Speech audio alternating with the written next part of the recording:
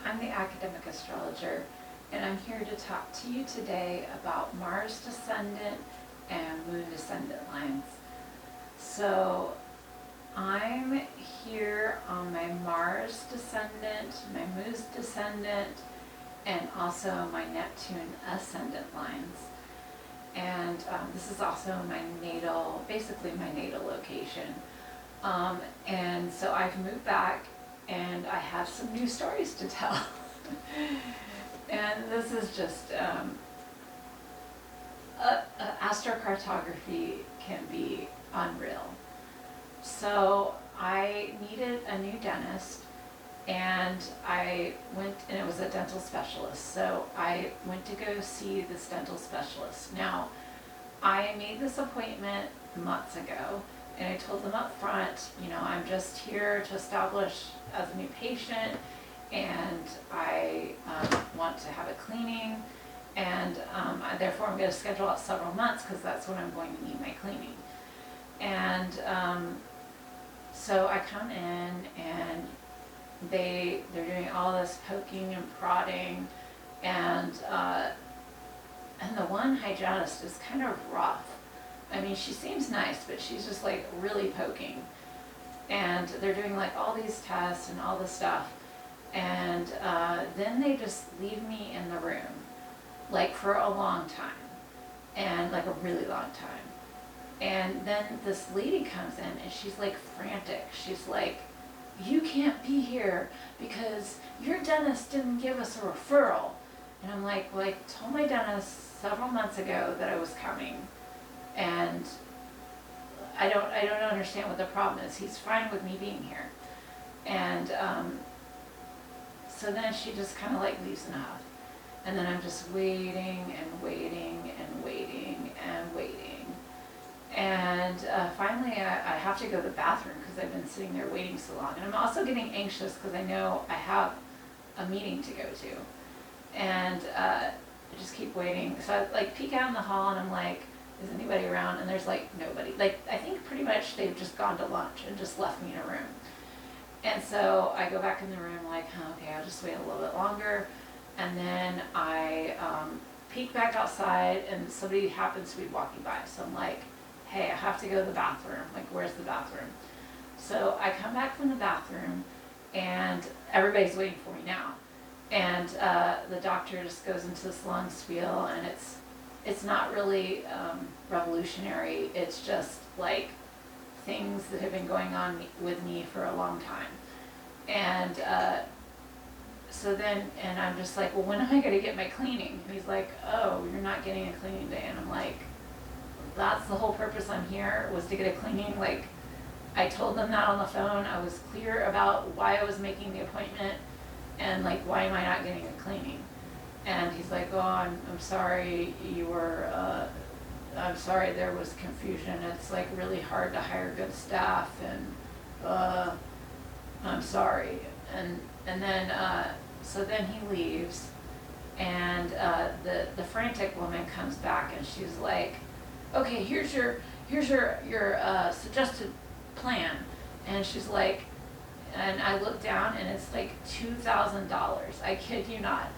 And I'm like, well, can I do something different? Like, can I maybe just do the part covered by insurance? Because it was like all like out of network suggestions, like basically not standard of care, just like more adjunct, optional kind of therapies. And like, can I just do the part covered by insurance? Can I just do a cleaning like I originally came for? And she's like, no, that would be unethical. Like, we have to do what the doctor says that we need to do. And she's basically like, either you do this plan, or like, hasta la vista, we don't want you as a patient. And she's just like frantic. And so then I'm just like, well, I'm not like, I mean, honestly, I would have like considered their plan, but I need like some time to read. Like, I wasn't even given a good explanation as to why I needed it, like anything like revolutionary that I didn't already know that hadn't been going on for a long time. There wasn't any explanation, or very little explanation, as to why this treatment was great for me and why I needed these particular treatments. And then I was just kind of like pressured. And the funny thing is, earlier in the appointment, I had said, like, I'm nervous about the dentist or whatever, and they're like, what can we do to help you? And I'm like, don't pressure me into treatments. And then what do? They pressure me into treatments, which that's like so, like Neptune opposing the moon and Mars Descendant is like, just like boundaries issues and confusion and yeah, and they were just like, no, you have to, like, they were started pressuring me when they said originally they would not pressure me. And so anyways, I was just like, no, I'm not like signing up for this $2,000 treatment that I don't even know if I need, and I'm kind of blindsided by, and that's not what I came in here for, that recommendation. And the other thing is, when the doctor was talking to me, he was also like totally Neptune opposing Mars and Moon. He was not really listening to me. Oh, first of all, they had some of my medical history down wrong. And then he was not really listening to me. He was like I said that I had this one provider that really, really helped me. He was like, well, what is their certifications? What kind of accolades do they have? Like, I don't know about them. Like, I should find you some better recommendations. And I'm like, dude, I just told you that this lady helped me, and she was helping me, which is hard to find, unlike people like you. She's actually helping me. I mean, I didn't say that, but I was like, this lady's actually helping me, and now you're telling me how she's not good for me and you need to find a better person for me? I mean, it was just like stuff like that where he would just like not, discount what I was saying. And so afterwards I went home and looked at the procedures that he was recommending, and it was like, yes, this is not standard of care. It has mixed reviews as to whether it's even helpful.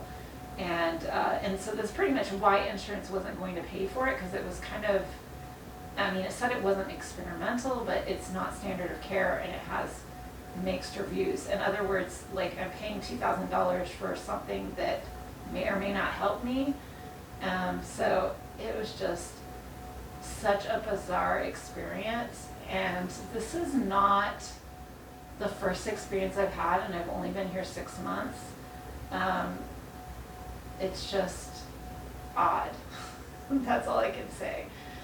So again, astrocartography matters. I mean, I'm here because of certain reasons, and maybe there's just a time and a season for me to be here, but it's not easy energy, is what I'm trying to say. But also, it has to do with the elements of your birth chart as well. So that's part of my natal birth chart, that I have the Mars and Moon energy on the Descendant, and I have Neptune on the Ascendant, and they're opposing each other. And so even if you move, it's still going to be there, but it just may not be as prominent. So it's very prominent because it's on the angles. So 1st, 4th, 7th, and 10th. That means it's on the angles. It's a very prominent energy in your chart. And then of course, if you're like right by those lines, then it's, in other words, it's very close to the angles, then you will feel it more acutely. So anyways, just wanted to share that with you. Again, I'm the academic astrologer. If you'd like to book a reading, please go to my website, academicastrologer.com. Thanks, and have a great day.